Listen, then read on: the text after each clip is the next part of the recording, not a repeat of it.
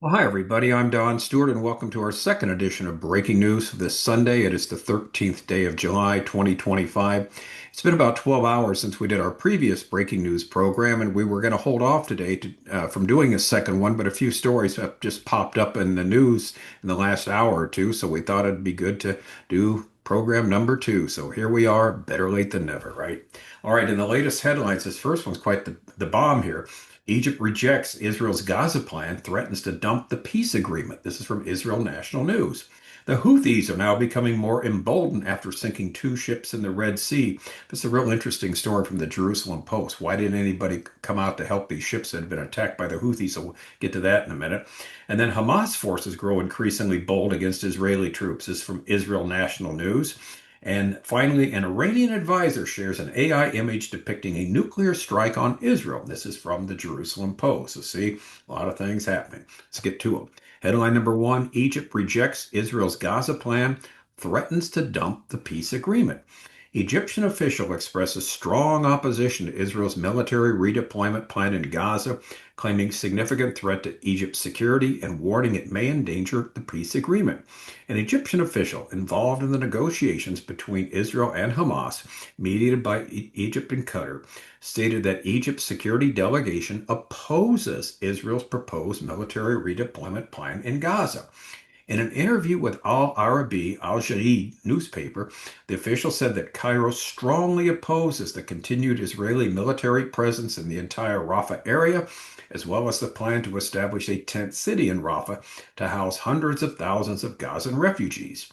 He stated this would create a human bomb at the Egyptian border, which would pose a clear threat to Egypt's national security.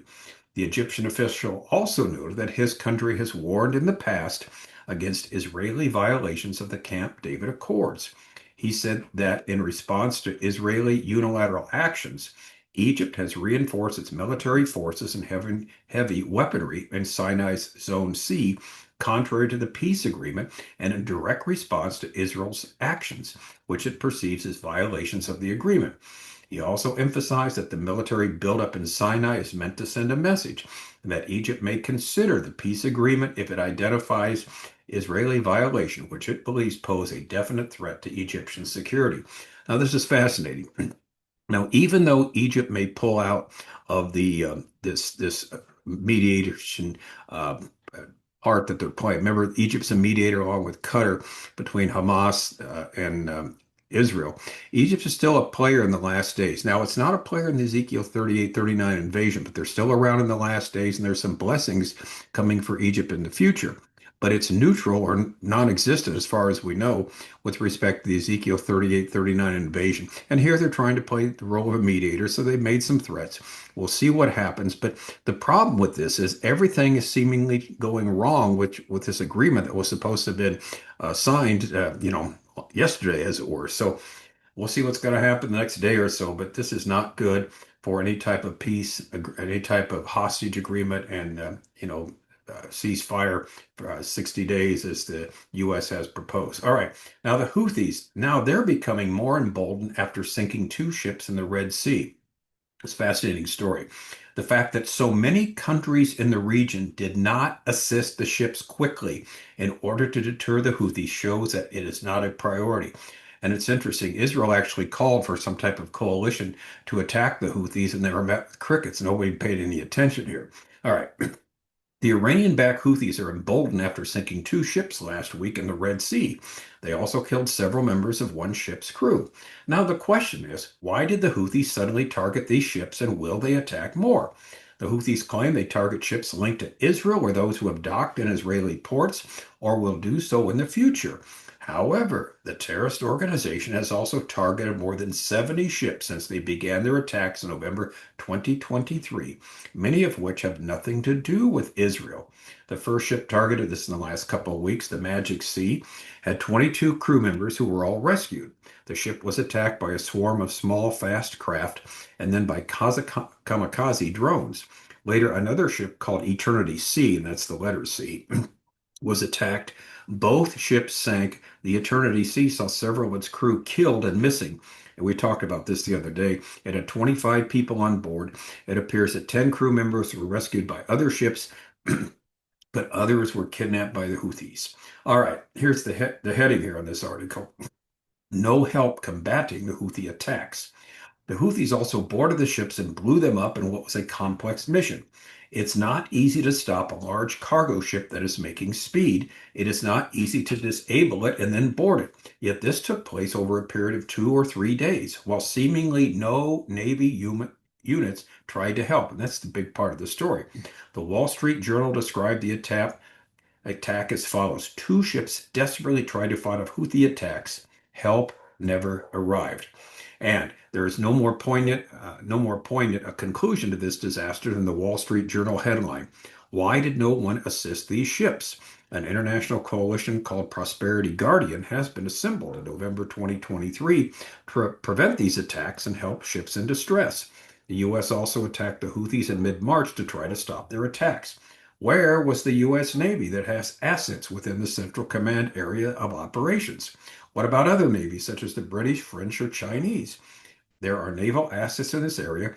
Could they have not reached the site in time? Usually, the U.S. carrier strike group had several destroyers, cruiser escorts, and other ships with them. Currently, the USS Carl Vinson and USS Nimitz are supposed to be somewhere in the Arabian Sea or Indian Ocean. It's not entirely clear where they are. However, U.S. Central Command published footage of the Vincent launching F-18s on July 11th. On July 12th, the U.S. Navy also published a photo of F-18 launching from the USS Nimitz. Now, overall, and here's the key, the fact that so many countries in the region did not assist the ships quickly in order to deter the Houthis shows that it is not a priority. The Houthis seem to know this, and they feel they have impunity. The question now is whether they will feel emboldened to do more attacks. And you can bet on it. The Houthis will continue to attack ships. Something needs to be done. All right. Brings us headline number 3. Someone else is also getting more bold, and that's Hamas. Hamas forces grow increasingly bold against Israeli troops. A new video from Gaza shows a terrorist charging an Israeli tank with an IED and escaping unscathed. During an IDF operation in northern Gaza Strip, a Hamas terrorist was caught on camera emerging from the rubble of a destroyed building and hurling an explosive device at a tank from the 401 Brigade. According to Con News, the explosive detonated outside the tank, causing no injuries as the crew had sealed the hatches. Earlier in the same area, another IDF tank came under attack by a rocket-propelled grenade. The Israeli Defense Establishment is closely monitoring changes in Hamas's battlefield behavior. Recent patterns indicate a rise in direct and aggressive engagements by militants.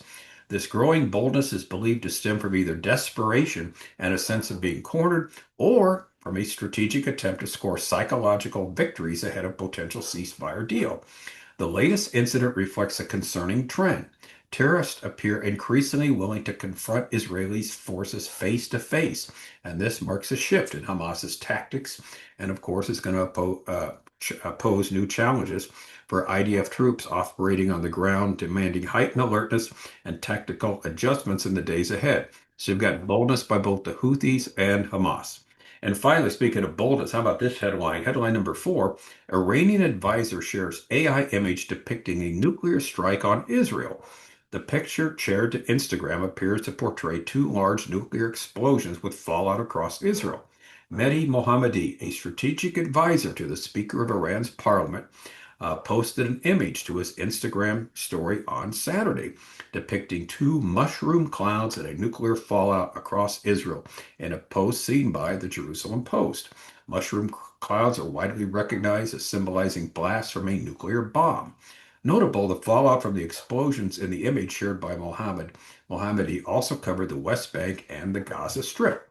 Now, Iran's president said on Thursday the UN nuclear watchdog should drop its double standards if Tehran is to resume cooperation with it over the Islamic Republic's nuclear program, Iranian state media reported.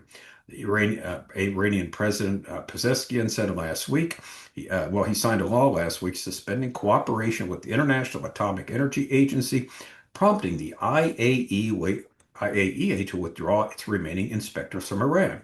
Now, the final question is interesting because we did a story on this. Is Russia playing a role in Iran's nuclear program? Russian President Vladimir Putin told both U.S. President Donald Trump and Iranian officials that he supports the idea of a nuclear deal in which Iran is unable to enrich uranium. Sources familiar with those discussions told Axios on Saturday. However, today, Iran's semi-official outlet, the Tasnim news agency, denied the Axios report.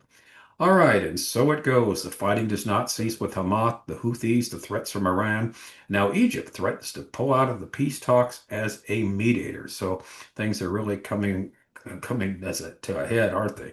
Now, this coming week is going to be full of surprises because remember, tomorrow President Donald Trump is going to make an announcement about Russia because of all the problems lately with it and the war with Ukraine.